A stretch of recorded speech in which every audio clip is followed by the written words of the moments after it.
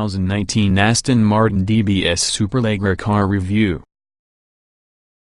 It's a very important thing you can't begin to see the gorgeous, flowing Superleggera script adorning all of the Aston Martin DBS Superleggera's hood strakes from your driver's seat. Catching a glimpse of that chromed cursive while piloting Aston's newest flagship might clash together with the other stimuli tickling your senses. The good points of 2019 Aston Martin DBS Superleggera: knockout looks, everyday livable interior, a lot of horsepower. The bad points of 2019 Aston Martin DBS Superleggera: a Superleggera that feels super heavy, odd oil pump whine, rear seats merely decorative. This 715 horsepower coupe throws plenty at you by reviewing the perch on top of the DB11 along with the new Vantage. Endless thrust and incredible noise. The sensuous feel with the interior's micro-suede and bridge of weir leather. Since licking can be a sensory action we assume to become reserved for individuals who actually pay for the $308,081 or more Aston charges to the DBS, we can't meet with how it tastes. Whatever you're into, it ought to not include taking things literally, because for just a car with nomenclature that translates from Italian as superlight, it sure feels heavy. The misnomer is licensed from Touring Superleggera, the Milanese coach builder whose contribution to your DBS project is Superleggera, and this it doesn't go much after dark name. The connection is always that Touring designed the main 1967 DBS and quite a few recently assisted using a continuation number of new old DB4 models. But if you think maybe we spent our amount of time in the Superleggera winding along sinewy roads draped within the Alps across the Germany-Austria border whining regarding the name and Instagramming its sexy body, you're only half right. Check our Instagram. Super Patenti. Aston Martin earns a substantial amount of rhetorical cover to the super half on the name and generates an integral why-buy with all the 715 horsepower twin-turbo 5.2-liter V12 engine parked beneath those squiggly hood badges. It is the identical engine employed in the DB11 AMR, your vehicle on which the Superleggera is situated, simply with a few electronic tweaks that unlock an extra 4.4 pounds per square inch of peak turbo boost, contributing to an extra 85 horsepower and 147 lb-ft of torque. Although no internals were changed, Aston Martin swaps in ZF's higher torque capacity 8 HP 95 8-speed automatic transmission in place on the DB11's lighter-duty unit and sends ability to it using a carbon fiber prop shaft spinning an aluminum torque tube. Suffering no discernible turbo lag and building thrust linearly, the 715 horsepower V12 belies its forced induction just with its surfeit of low-rpm torque, which happily sticks around until redline. The turbochargers don't stifle the V12's voice a great deal as guide it toward lusty, bassy V notes.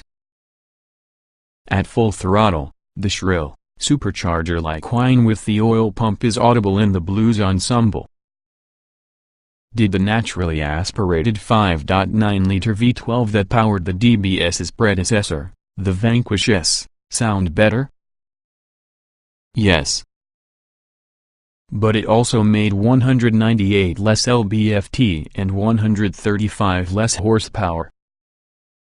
So overmuscled is that this engine that Aston Martin curtails peak torque in first, second, and third gears inside the GT and Sport modes that are selected independently on the suspension settings. Even from the more regressive Sport Plus mode, it manages torque through second gear. As if to produce the rear tires try to find traction much harder, a shorter 2.93:1 final drive ratio is substituted in place from the DB11's 2.70:1 unit. Aston Martin conservatively claims the go to 60 miles per hour should take 3.4 seconds. Lay in the throttle, along with the DBS just keeps on charging, hard. Between construction zones on Germany's Autobahn, we worked the automobile up to 140 miles per hour, almost like we were stringing together two ends of the city block.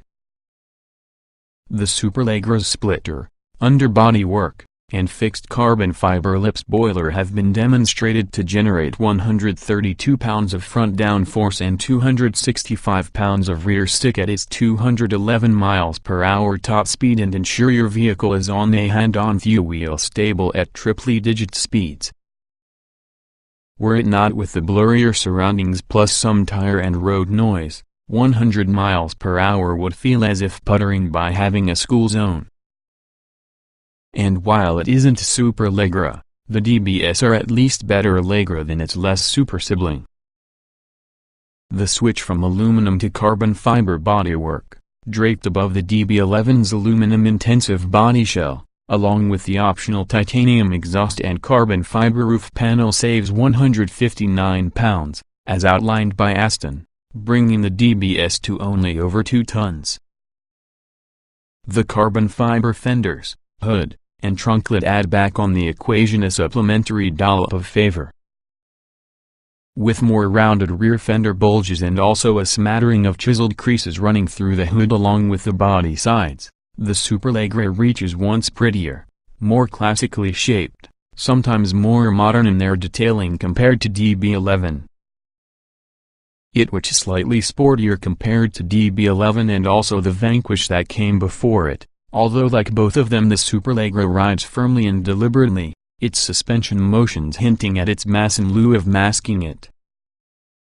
In all three of the company's settings, the adjustable suspension is livable. We found the mid-level sport mode strikes the best balance, allowing adequate body roll with the driver to hold a casual handle within the tire's grip without sacrificing overall stability or all-day ride comfort. You'll always bear in mind the DBS's size, particularly on tighter roads where quickly working the slightly square-rimmed tire means muscling from the helm's hefty weighting and overcoming the vehicle's tendency toward understeer with gobs of throttle. Excel away from sharp, low-speed corners, you'll feel some squirming on the rear end that may seem to originate through the rubber bushings between subframe along with the body. While disquieting in uncertain driving, that compliance assists in keeping at bay the suspension noise and vibration present inside Vantage and, to some lesser extent, the DB11.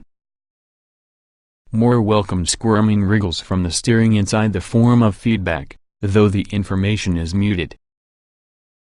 The standard carbon ceramic brake rotors, upsized relative to your DB11s, proved invaluable in slowing the Superleggera, even though they do have grabby responses to initial pedal inputs. Super usable? Tie the refined chassis on the impeccably assembled cabin that's refreshingly unweird for just a car this way, and you've got a knockout coupe that's all too easy to live with.